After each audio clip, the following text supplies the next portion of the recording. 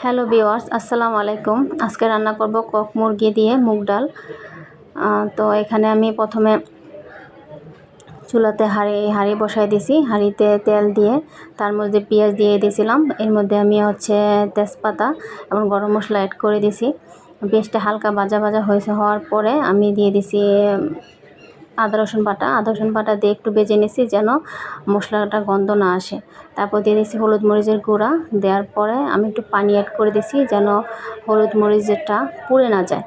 তারপর দিয়ে দিছি ধনে গুঁড়া এবং জিরা গুঁড়া। তার উপর আবার একটু গরম মশলা গুঁড়ো দিয়ে দিয়েছিলাম। তো তারপর একটা টমেটো এবং 2টা কাঁচামরিচ অ্যাড করে দিছি। যখন মশলাটা একটু কষানো হয়ে গেছে তখন আমি সেই মুরগির গোশটা দিছি। মুরগির গোশটা দিয়ে আমি একটু হালকা করে কষাই নিছি।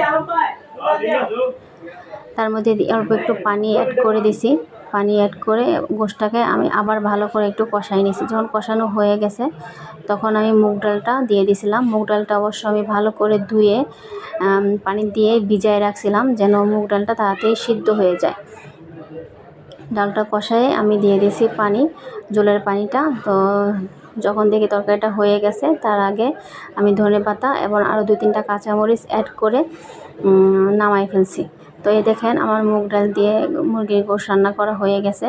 আমি এভাবে মাঝে মাঝে রান্না করে খাই, আপনারাও বাসায় রান্না করে খাবেন। এভাবে গোশটা রান্না করলে খেতে অনেক ভালো লাগে।